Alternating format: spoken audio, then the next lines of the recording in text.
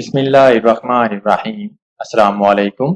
मैं हूं आपका ट्यूटर ज़िशान अशरफ और आप देख रहे हैं हमारा YouTube channel tutor Zeeshan online.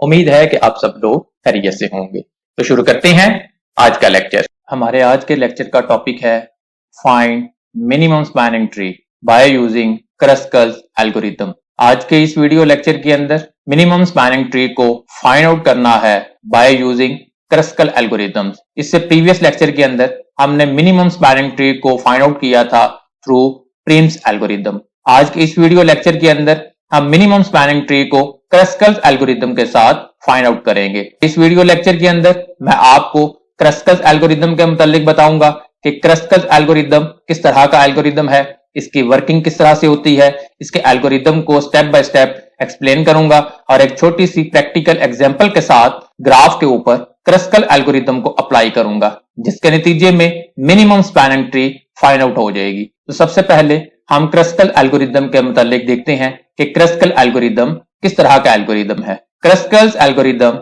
Also follows greedy approach. Kruskal algorithm भी ग्रीडी अप्रोच को फॉलो करता है। ग्रीडी अप्रोच क्या है, ये हम प्रीवियस लेक्चर्स के अंदर डिटेल के साथ पढ़ चुके हैं। प्रिम्स एल्गोरिथम भी ग्रीडी अप्रोच को फॉलो करता था। क्रस्कल एल्गोरिथम भी ग्रीडी अप्रोच को फॉलो करता है। Kruskal algorithm is also used to find out the minimum spanning tree from a given graph. Kruskal algorithm भी एक दिए गए ग्राफ के अंदर से मिनिमम स्पैनिंग ट्री को फाइंड आउट करने के लिए यूज होता है। जिस तरह प्रिम्स एल्गोरिथम ग्राफ के अंदर से मिनिमम स्पैनिंग ट्री को फाइंड आउट करता था। दोनों का एक ही काम है, लेकिन दोनों की वर्किंग मुख्तलिफ है। क्रस्कल एल्गोरिथम की वर्किंग प्रिम्स एल्गोरिथम की वर्किंग से निस्बतन आसान है। दोनों के अंदर same minimum spanning tree find out होती है, लेकिन दोनों के अंदर मिनिमम स्पैनिंग ट्री के बनने का अमल है वो मुख्तलिफ है। क्रस्कल एल्गोरिथम की हिस्ट्री क्या है? The algorithm was presented in 1956 by American mathematician Joseph Kruskal and later rediscovered by Luhrmann and Weinberger in 1957। क्रस्कल algorithm को सबसे पहले 1956 के अंदर अमेरिकन मैथमेटिशियन जोसेफ क्रस्कल ने प्रेजेंट किया था। बाद में इसके ऊपर 1957 के अंदर दो साइंटिस्ट ने इसके अंदर मजीद इंप्रूवमेंट की। ये क्रस्कल एल्गोरिथम की हिस्ट्री है। प्रिम्स एल्गोरिथम और क्रस्कल एल्गोरिथम कमोबेश एक ही पीरियड के अंदर इंट्रोड्यूस किए गए। दोनों की वर्किंग मुख्तलिफ है। अब हम बात करते हैं कि क्रस्कल एल्गोरिथम किस तरह से काम करता है। How Kruskal algorithm works. Kruskal algorithm की वर्किंग किस तरह से है? Create a forest F, a set of vertices of the given graph as a tree. सबसे पहले इसके अंदर एक फॉरेस्ट जिसको एफ का नाम दिया वो क्रिएट करना है।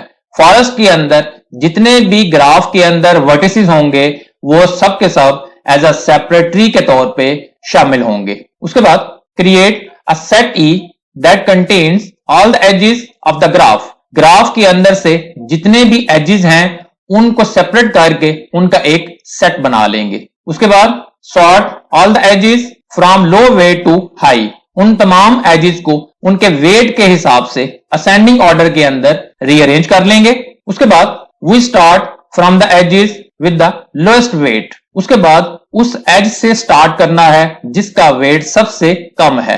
Pick an edge with the lowest weight and add it to the spanning tree. If adding the edge created a cycle then reject this edge. सबसे पहले हम उस एज को पिक करेंगे जिसका वेट सबसे कम है। अगर दो सेम वेट के एजेस मौजूद होंगे तो दोनों को वन बाय वन करके पिक करेंगे और उसको स्पैनिंग ट्री के अंदर ऐड करते जाएंगे। लेकिन ये ख्याल रखेंगे कि किसी भी एज को कनेक्ट करने से कहीं पे भी साइकिल ना बने। अगर किसी एज की वजह से साइकिल बन रहा होगा तो हम उस एज को रिजेक्ट कर देंगे और साथ साथ फॉरेस्ट के अंदर उस वर्टिस को ऐड करते जाएंगे। Repeat this process until we get a minimum spanning tree। यही सिलसिला रिपीट होता जाएगा उतनी देर तक जब तक हमारे पास मिनिमम स्पैनिंग ट्री मुकम्मल नहीं हो जाती।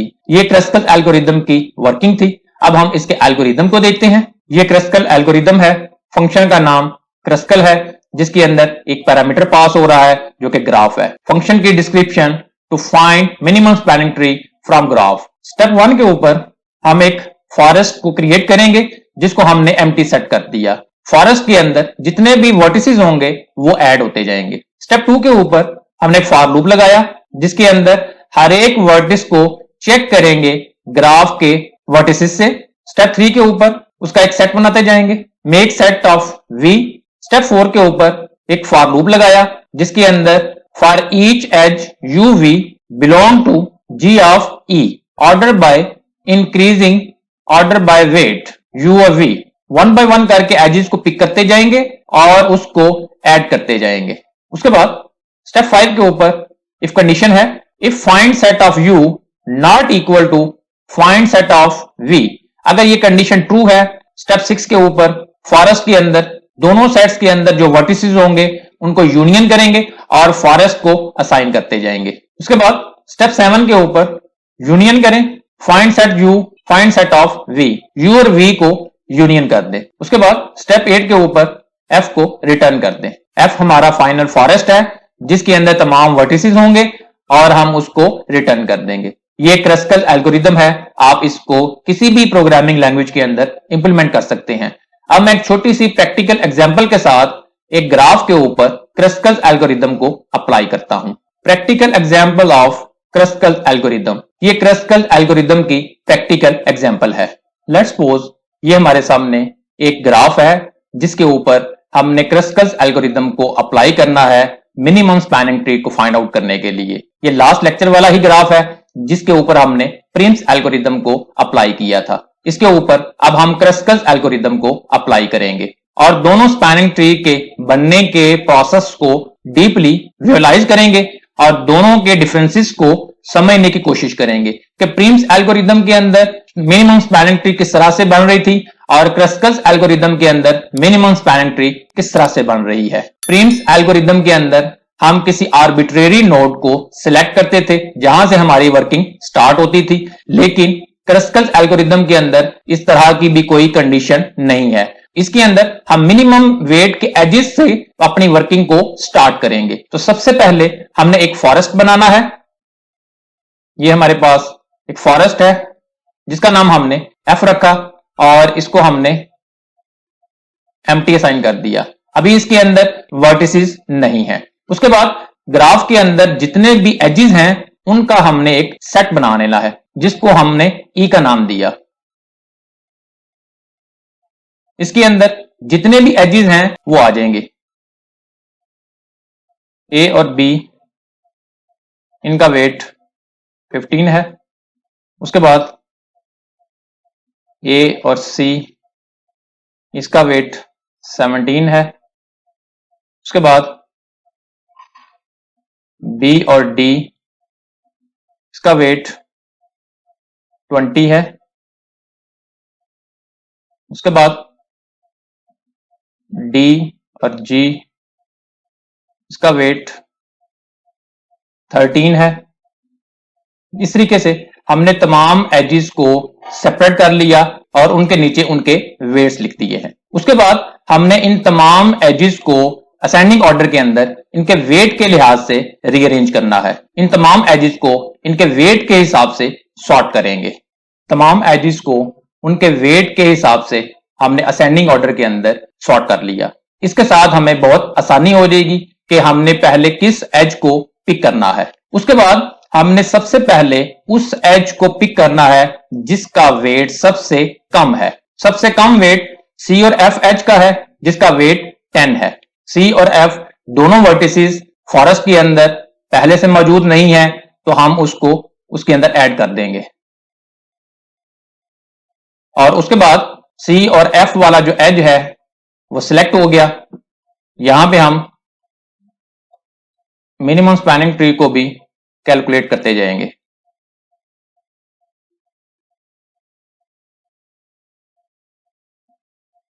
प्रिम्स एल्गोरिदम के अंदर किसी एक नोड से हमने स्टार्ट किया था और उसके एडजेसेंट नोड की तरफ हमने मूव किया था, लेकिन क्रस्कल एल्गोरिदम के अंदर हम मिनिमम वेट वाले एज से अपनी वर्किंग को स्टार्ट करेंगे। उसके बाद उससे नेक्स्ट जो एज है जिसका वेट सबसे कम है वो एफ और जी है जिसका वेट 11 है। एफ और जी को पिक किया, उसके दोनों वर्टिसेस वो एफ के अंदर नहीं है, उसको ऐड कर दिया। एफ और जी वाला जो एज है वो सिलेक्ट हो गया।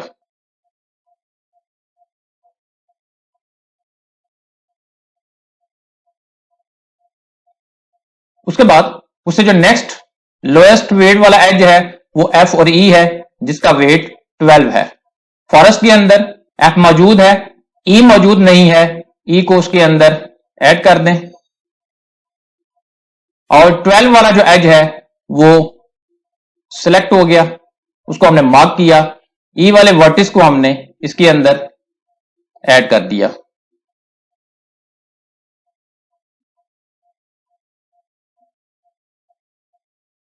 आप देख रहे हैं कि वही स्पैनिंग ट्री फाइंड आउट हो रही है, लेकिन उसके बनने का जो अंदाज है वो डिफरेंट है। कहीं पे भी अभी तक हमारे सामने लूप नहीं आया। उसके बाद जो सबसे कम वेट वाला जो एज है वो जी और डी के दरमियान 13 है। जी और डी फॉरेस्ट के अंदर पहले से मौजूद हैं, उसके अंदर ऐड करने की जरूरत नहीं है, मार्क हो जाएंगे। जी के साथ हमने डी को भी ऐड कर लिया।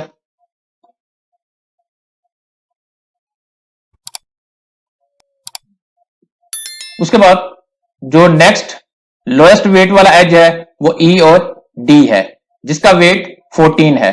उसको अगर हम स्पैनिंग ट्री के अंदर ऐड करते हैं तो उसकी वजह से लूप बन जाता है, लिहाजा हम इस एज को ऐड नहीं करेंगे। उसके बाद उससे नेक्स्ट लोएस्ट वेट वाला जो एज है वो ए और बी है, जिसका वेट 15 है। ए और बी फॉरेस्ट के अंदर नहीं है, ए भी आ गया और बी भी आ गया। ए और बी को ऐड कर दिया, ए यहां पे आ गया और बी यहां पे आ गया, और इन दोनों के दरमियान जो एज है उसका वेट 15 है। अभी जो हमारी स्पैनिंग ट्री है ये डिस्कनेक्टेड है, लेकिन जब हम सारे के सारे एजेस को इसके अंदर शामिल करेंगे तो फिर ऑटोमेटिकली ये कनेक्टेड हो जाएगी। उसके बाद हमारा जो नेक्स्ट लोएस्ट वेट वाला एज है वो सी और ई के दरमियान 16 है। 16 को ऐड करने की कोशिश करते हैं। 16 को अगर हम ऐड करते हैं तो उसकी वजह से लूप बन जाता है, लिहाजा हम इस एज को भी ऐड नहीं करेंगे। उसके बाद ए और सी के दरमियान एज है जिसका वेट 17 है। ए और सी फॉरेस्ट के अंदर मौजूद हैं। ए और सी की एज को अगर हम मिलाते हैं तो उसकी वजह से लूप नहीं बन रहा। हमने ए और सी को ऐड कर दिया। ए और सी के साथ जो एज था उसका वेट 17 था। उसके बाद लास्ट वाला जो एज है वो बी और डी के दरमियान है, जिसका वेट 20 है। अगर हम उसको ऐड करते हैं तो उसकी वजह से लूप बन जाता है, लिहाजा हम उसको ऐड नहीं करेंगे। कोई भी एज बाकी नहीं है, लिहाजा हमारी जो स्पैनिंग ट्री है वो मुकम्मल हो गई है। और आप देख सकते हैं कि ये बिल्कुल वही स्पैनिंग ट्री है जो प्रिम्स एल्गोरिथम के साथ डिजाइन हुई थी। इसका वेट भी सेम निकलेगा जो प्रिम्स एल्गोरिथम के साथ मिनिमम स्पैनिंग ट्री का वेट कैलकुलेट हुआ था। आप इसको कैलकुलेट कर लें। 15 प्लस 17 प्लस 10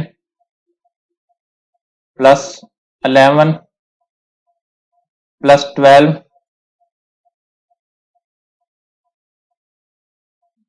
एंड प्लस 13, ये इक्वल है 78 के। 78 उसका वेट कैलकुलेट हुआ, जो कि सेम है जो लास्ट लेक्चर के अंदर भी हमने कैलकुलेट किया था। ये क्रस्कल एल्गोरिथम के साथ मिनिमम स्पैनिंग ट्री को फाइंड आउट किया है। आप दोनों एल्गोरिथम की वर्किंग को अपने सामने रख के उनके डिफरेंसेस को चेक कर सकते हैं कि प्रिम्स एल्गोरिथम और क्रस्कल एल्गोरिथम के अंदर किसकी वर्किंग निस्बतन आसान है। तो आप इस नतीजे पे पहुंचेंगे कि क्रस्कल एल्गोरिथम की वर्किंग प्रिम्स एल्गोरिथम की वर्किंग से निस्बतन आसान है। ये था क्रस्कल एल्गोरिथम और उसकी प्रैक्टिकल एग्जांपल। उम्मीद है आपको समझ आ गई होगी। अगर आपका कोई क्वेश्चन हो तो कमेंट सेक्शन के अंदर पूछ सकते हैं। वीडियो को लाइक और शेयर जरूर करें। हो सकता है आपके शेयर करने से किसी दूसरे का फायदा हो जाए। कमेंट सेक्शन के अंदर अपनी राय का इजहार करें, और अगर अभी तक आपने हमारे चैनल को सब्सक्राइब नहीं किया तो सब्सक्राइब के बटन के ऊपर क्लिक करके साथ घंटी के निशान को दबा दें, ताकि हमारी आने वाली हर वीडियो का आपको फौरन पता चल सके। अपना बहुत सारा ख्याल रखिएगा। अल्लाह हाफिज।